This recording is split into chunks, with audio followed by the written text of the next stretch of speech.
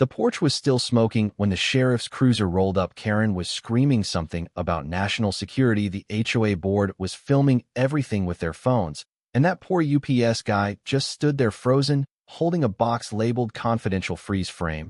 Yep, that's me. You're probably wondering how I got here on my own porch being told to vacate it by a woman whose biggest achievement in life is color coordinating mailboxes, and yeah, that's my Secret Service detail stepping out of the black SUV when I moved into Willow Bend Estates. All I wanted was peace after 30 years in federal service, the kind of work where you sleep with one eye open and your phone never really turns off. I just wanted a quiet porch, some sweet tea, and maybe a few sunsets before the arthritis really set in. The house was modest, but solid wraparound porch white, would trim a porch swing that creaked like an old friend. My realtor said it was an independent lot with character, which I should have realized meant the HOA is going to hate this place, but at the time I wasn't worried. I'd survived 6 overseas assignments, 2 assassination attempts, and a Senate oversight hearing that nearly made me turn gray. I figured I could handle a couple board retirees with clipboards. That was my first mistake. It started innocently enough. A note in the mailbox from the Willow Bend Aesthetic Review Board,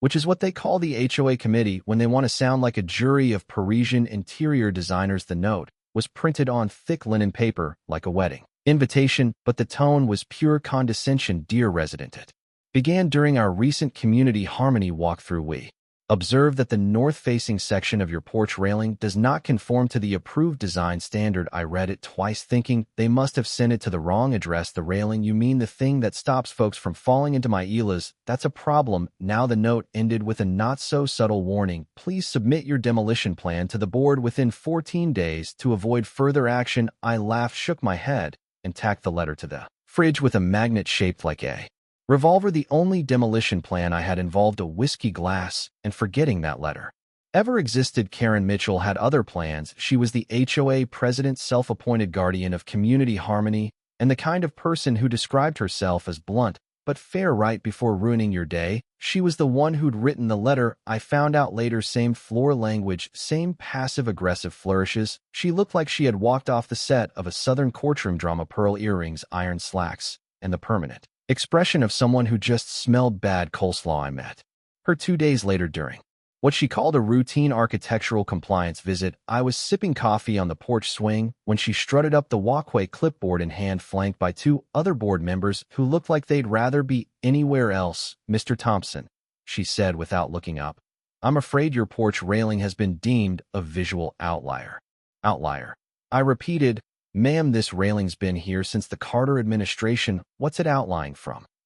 She ignored the joke and gestured toward a glossy brochure of beige and white townhomes that all looked like they were printed from the same 3D model. Uniformity is crucial to maintaining property values, she said, handing me a copy. This railing with its carved posts and natural wood finish introduces visual discord. I stared at her, trying not to laugh. So you're telling me the porch railing is too happy? One of the board members coughed into her fist, clearly trying not to laugh. Karen didn't flinch. We're giving you until the end of the month to remove it, or you'll be subject to escalating fines. I leaned back in my swing and gave her my best poker face. You do what you need to do, Miss Mitchell, I said, and I'll do what I think is right. 2 days later, the first fine arrived, $150 for non-compliance with structural harmony. I ignored it. The next week, another notice, this one for $300, citing escalating resistance to community aesthetic standards. By the 3rd week, they were billing me $450 and accusing me of willful violation of the Porch Integration Directive, which sounded less like an HOA rule and more like a Cold War policy. I called the number at the bottom of the letter and asked to speak to someone with an ounce of common sense. They transferred me to Karen. Mr. Thompson, she said sweetly, we take community unity very seriously. If we let one person keep an unapproved railing, what's next? Orange shutters, God forbid. A bird bath? You're afraid of a bird bath now? I asked. Have you considered therapy? She hung up on me. That's when I knew it wasn't going away, so I started documenting. I installed motion-activated cameras around the perimeter, saved every letter, every email, every picture. I built a binder with color-coded tabs, notices, correspondence, fines, Karen verbal threats. I even labeled one section weaponized bureaucracy. I knew the game. Now they wanted to wear me down, make me another one of the quiet, compliant porches in the beige army of HOA-approved conformity, but I'd stared down people with guns, and I wasn't about to be intimidated by a Woman with a clipboard and a Pinterest addiction neighbors. Started to notice some were sympathetic, others distant. The guy across the street, Ron, gave me a thumbs up every time he saw me sitting defiantly on the porch. A woman named Janet brought over lemon bars and whispered that Karen once fined her for having wind chimes that chimed off key, but mostly people kept their heads down. That's how HOA regimes work. A little fear, a little peer pressure, and suddenly everyone's too scared to ask questions. But I wasn't built like that. The fines kept coming. Now over 20.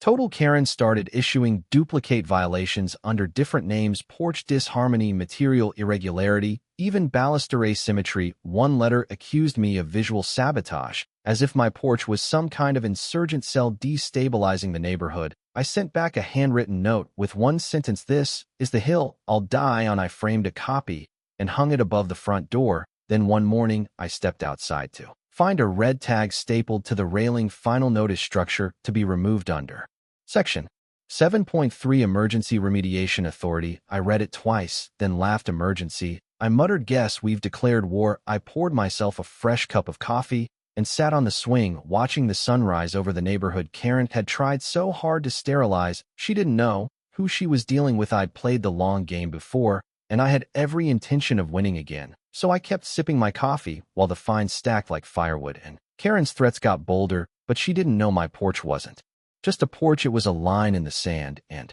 sometimes all it takes is one stubborn old man with a folder full of receipts and a camera trained on the front walk to make a tyrant think twice. It escalated the way wildfires do. One spark, a little wind, and suddenly the whole damn hillside's lit up. I thought the fines were the end game. I thought Karen and her clipboard army would run out of adjectives for my porch by the time summer rolled around. But I underestimated her. You don't get to be HOA president for life in a place like Willow Bend Estates without a particular kind of ambition, the kind that ferments in Tupperware and wears matching monogrammed polos, the kind that sees a retired man enjoying a cup of coffee on his porch and thinks, how dare he?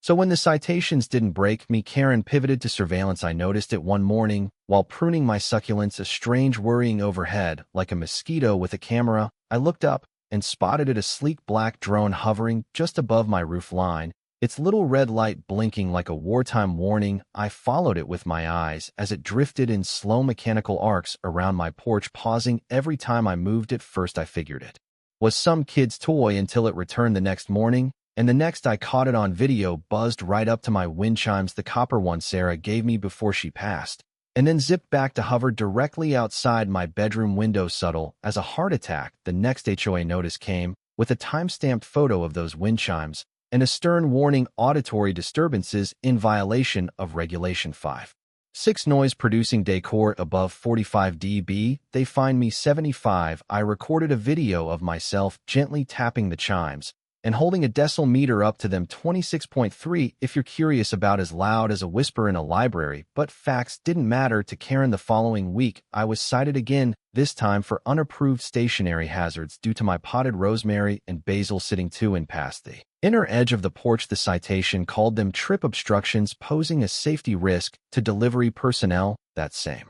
day, I got a violation for an unauthorized avian deter rent because a plastic owl I'd had for years was suddenly aggressive in appearance. But it wasn't until I checked my security footage that I realized things were getting truly unhinged. Around 22 a.m., 3 HOA board members crept onto my porch like raccoons in church clothes. One held a tape measure, another a clipboard, and the third had a flashlight with a red lens, like they were prepping for a tactical raid. They measured the height of my railing, then the distance between my swing posts. One of them took a photo of a small crack in the concrete by the steps that had been there longer than any of them had lived in the neighborhood. I watched them slack-jawed as they tiptoed around my property like they were defusing a bomb. One even wiped his feet before stepping off the porch, because God forbid he tracked grass back to his Ford Escape. I sent the footage straight to the city's property compliance office, filed a formal complaint, and even emailed it to the local news, though I knew they'd rather run stories about missing cats and church bake-offs than trespassing HOA board members. Karen predictably responded with fury. The next HOA meeting, which I wasn't invited to but heard about from Ron across the street, featured a brand new item on the agenda: emergency motion for resident restricted access to non-compliant properties. I later got a copy of the minutes Karen had called it a temporary neighborhood-wide safety ordinance due to heightened risks posed by architectural anomalies. That was her latest name for my porch, an anomaly like it had just risen from the earth, unholy and unwanted like the front steps of a haunted house. The board voted 52 in favor of the new rule.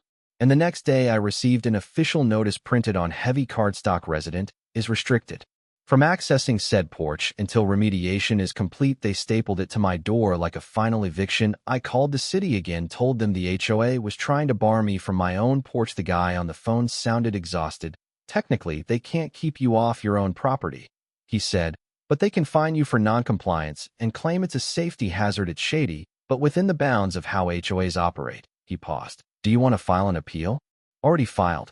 I said twice, then maybe get a lawyer, he offered, or move. I hung up and laughed until I coughed. Move? They thought I'd move. Karen must have thought this was just a game of who could wait longer, but I've outweighed drug lords, dictators, and a senator who tried to sneak out of a deposition. Time is just a tool when you know how to use it. Then came the security guards, not actual police, not even real security. Far as I could tell, two men in black polos with community enforcement stankled in bold white letters showed up on my lawn the next morning and told me I was in violation of a resident access restriction. They asked me to step off the porch. One of them, a tall, waxy man with a goatee and a clipboard, started filming me with his phone. Sir, we need you to vacate the structure of the porch. I asked. Yes, sir, the non-compliant structure. Are you high? I replied. Sir, we've been hired by Willow Bend Estates to enforce safety standards. And who licensed you? I asked. He looked down at his clipboard. We're independent contractors. Of course you are. I finished my coffee while they stood there unsure what to do next.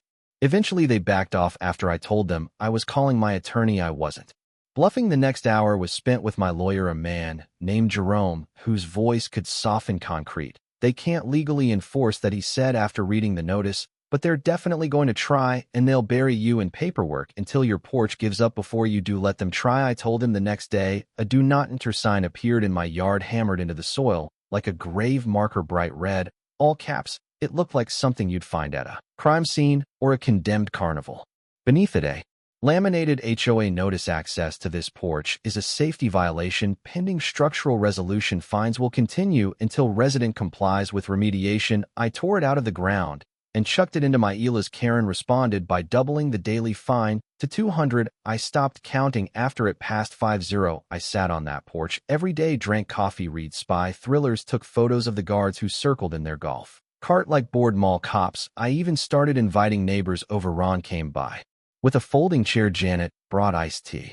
We sat and talked like it was normal because it was the porch, wasn't the anomaly. Karen was. One night around 3:30 a.m. I saw the drone again. It hovered silently in the dark above the porch like a robotic hornet, its little red light blinking steadily. I stood up, pointed my flashlight straight at it, and then flipped it off for good measure. I wasn't playing anymore. Karen wanted a spectacle. I'd give her one. She wanted a fight. She'd picked the wrong man because I was still standing and the porch wasn't going anywhere. Not yet, not until she learned that sometimes the only thing worse than a non-compliant structure is the man who refuses to step off it. It was a Tuesday, the kind that starts deceptively quiet. Blue skies, birds song, the scent of freshly mowed grass drifting from Ron's yard. I was halfway through my second cup of coffee, sitting on my porch like I did every morning, boots on the step, radio humming an old Otis Reading tune, when I noticed the sound of diesel engines grinding toward me. I looked up and saw them, a flatbed truck hauling a small backhoe followed by a white work van labeled Willow Bend Community Contractors. Karen was strutting behind them, clipboard under one arm, sunglasses perched on her head like a crown. She looked like a general surveying a battlefield. She'd already declared one. I set my mug down. Morning, fellas, I called, but none of them made eye contact. Three guys jumped down from the flatbed, pulling out cones, tool belts, and a bright orange plastic barrier roll. That's when I noticed the sledgehammer. Karen reached my gate and didn't even wait for an invitation. Mr. Thompson, she said, voice syrupy and smug. You've had more than sufficient notice to comply with community remediation orders. Today, we begin the safety correction process. I raised an eyebrow. You're here to do what? Remove the unauthorized structure? She said, gesturing dramatically toward the porch steps like they were a live minefield. The board has approved an emergency structural remediation under Article 14. See, your failure to comply left us no choice. I laughed. Not politely, lady. If you think I'm just going to let you tear apart my porch, While I'm sitting on it, you're more delusional than I gave you credit for. Karen stepped forward, nodded at the workers, and whispered something. The man with the sledgehammer approached the steps. I didn't move. You swing that hammer, son, I said quietly. And your union rep's going to be explaining why you just tried to damage federal property. He hesitated. Karen snapped, do it now. That's when the Suburban pulled up, black, bulletproof, no plates. It parked at the curb with the kind of quiet authority that doesn't need sirens. The doors opened in unison. Two men in suits stepped out, sunglasses on, posture stiff as steel. One walked directly to me, nodded, sir. I stood slowly. Karen blinked, her confidence wavering for the first time. What is this? She asked. The taller agent turned to her. Ma'am, you're interfering with a protected federal perimeter. This structure is currently flagged under a dormant national security clause and cannot be modified, altered, or trespassed upon without clearance from the Office of Protective Infrastructure. Karen squinted. What are you talking about? This is an HOA matter. Not anymore, the agent said, producing a folder from inside his coat and flipping it open to a federal emblem. You've entered a zone classified under FPCON Delta review status. Karen looked like she just tasted battery acid. That's not possible. This is a porch. The agent didn't flinch. That porch is part of a legacy surveillance grid built under the Domestic Monitoring Initiative installed in 2004 as part of a passive neighborhood routing system for flagged intelligence backscatter. You've interfered with encrypted optical relay points, and any further attempts to demolish or remediate this structure constitute federal obstruction. The workers were already backing up. Karen took a step forward. Who the hell is this guy? She demanded, pointing at me. I smiled. Finally, not the polite smile that you should have checked before you started. This smile, ma'am, I said calmly. You've been barking up a very dangerous tree. Her face twisted. You're not law enforcement anymore. No, I said, but I still hold a Tier 1 reactivation clearance. And that porch you hate so much, it's not just a porch, it's a test site for encrypted neighborhood passive surveillance built with a federal grant and still subject to reactivation audits. You're bluffing, she hissed. Try me, I said. Please. She didn't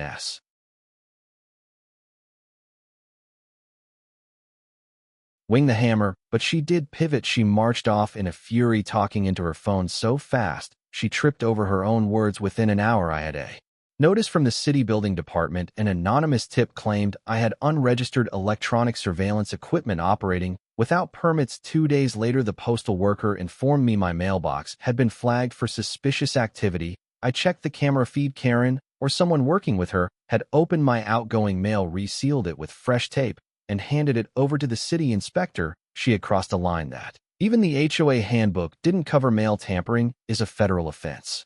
But it wasn't just mail that night. My neighbor Janet called me in a whisper. They're telling people you have spy equipment hidden in your porch floorboards, that you're watching children, that you have cameras pointed at windows. Karen said you used to interrogate suspects in your basement. I don't even have a basement, I muttered. I know, she said, but not everyone does. The next day, my power flickered out. The HOA said it was due to tree limb interference. I don't have a tree. Then came the garbage dispute. They refused to collect my trash, citing noncompliant bag color and the recycling. They tagged it with a warning for improper bin positioning. I took photos. I documented it all, but they weren't trying to be right anymore. They were trying to smear, trying to turn me into a villain so they could justify what came next. I activated the porch's dormant mode, a protocol built years ago, never meant to be used in a suburban neighborhood war. But here we were, motion sensors on full tilt, redundant cameras in the eaves, a perimeter laser trip wire system. My neighbor's cat now hated with a passion.